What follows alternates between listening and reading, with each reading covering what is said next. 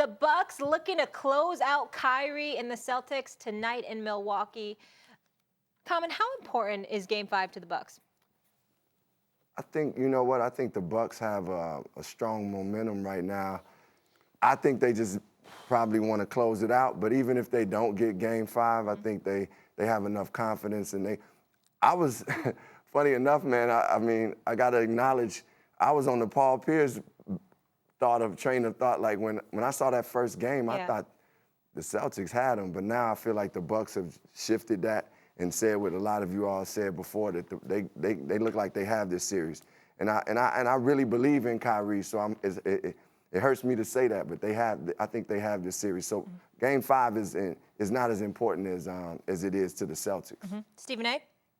Oh, I mean, my brother Common obviously watches First Take. He's listening to his boy. Make no mistake about it, because we are aligned in our thinking. That this game tonight, to me, is not that important to Milwaukee. I think they have this series. I was on the record, Max Kellerman, saying if Boston lost Game 4, it's a wrap. They ain't coming back from a 3-1 deficit against this Milwaukee squad, because I'm looking at them. The Greek Freak has just been a monster, to Max's credit, as he predicted he would be. But the other thing to point out is this. They got some trees. They're dominant in the paint because they're just too big for Boston. It forces Boston to be a perimeter shooting team. You got a guy in Jason Tatum that really ain't giving you anything offensive. I mean, he's giving you a little something over the last couple of games, but he had his first three-pointer of the series in the last game. We're looking at guys like the Jaylen Browns and the Al Horfords of the world who played relatively well, but Kyrie Irving, 24% from three-point range, 37% from the field. He has not shown up to the level that we expected and to the superstar level he would need to overcome a bigger, stronger team in the Milwaukee Bucks. And they've got four guys shooting better from three-point range than Kyrie Irving is shooting from the field. I mean, you can't make this up. And so when I look at it from that perspective, I'm like, oh, my Lord, they don't have any chance. First of all, I expect them to get closed out tonight in Milwaukee. I expect the Brooklyn Nets to be major players in the Kyrie Irving sweepstakes, Common, this summer. But the summer begins for the Celtics tonight, because I believe it's over. But even if they lost, they ain't winning 3 straight against Milwaukee. I can't This game is not as important to them as it is to the Celtics, obviously, because it's an elimination game for the Celtics. That's what I'm saying. But I want, Common, you hit on it earlier. It is a very important game to the Bucks for this reason. I want us all to think back to games one of the second round. Let's think of what we were thinking at the time. The Warriors beat the Rockets. What were we really thinking about that series? Stephen A., there was a thought about that. We talked about it on the show. This might not be a long series. Boston beat Toronto. Paul Pierce, of course, he's a Celtic. He's going to say, oh, the series is over. But a lot of people felt that way, like maybe this Milwaukee squad isn't ready like Toronto last year. Remember what Boston did to them? And now they have Kyrie Irving, too. Boston hadn't lost in they just on a roll. They're just going to sweep through. Maybe they're just going to dominate the East, as it turns out, because we all thought there was a championship team in there somewhere. They just had to find it.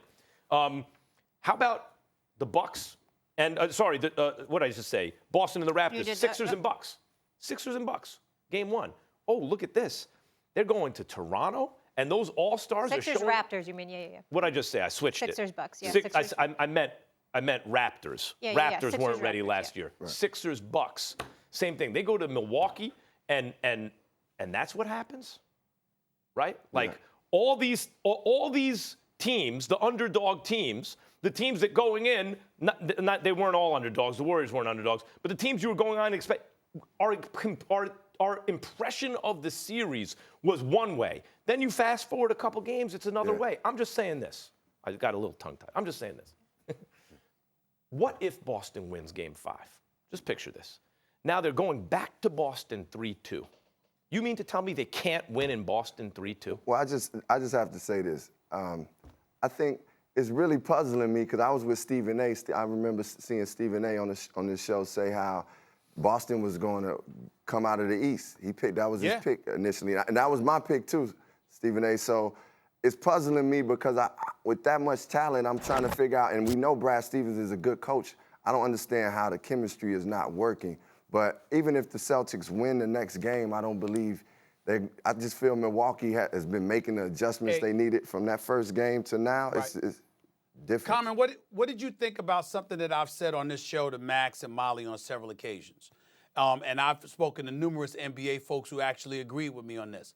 I think what disrupted the Boston Celtics was that Gordon Hayward clearly was not ready to go and was immediately inserted into the starting lineup to start this season after that nasty injury. I think that hurt some feelings.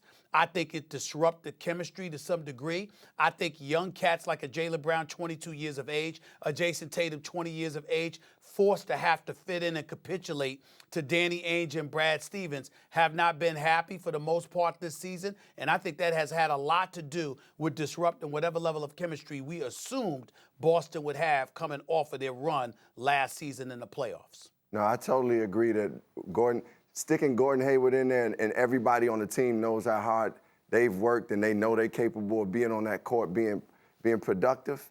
And for them to see that, it's like it kind of takes the steam out of certain things. But I do believe that from a coach's perspective, you got to be able to show leadership to bring that steam back. And then also with Kyrie being a leader and working through his leadership skills, he has to help make sure that they are all on the same page. Because it's Jason Tatum, we were calling him a potential all-star last year, and now it's like he's still that talented, but you got to utilize him. You got to make sure you utilize him.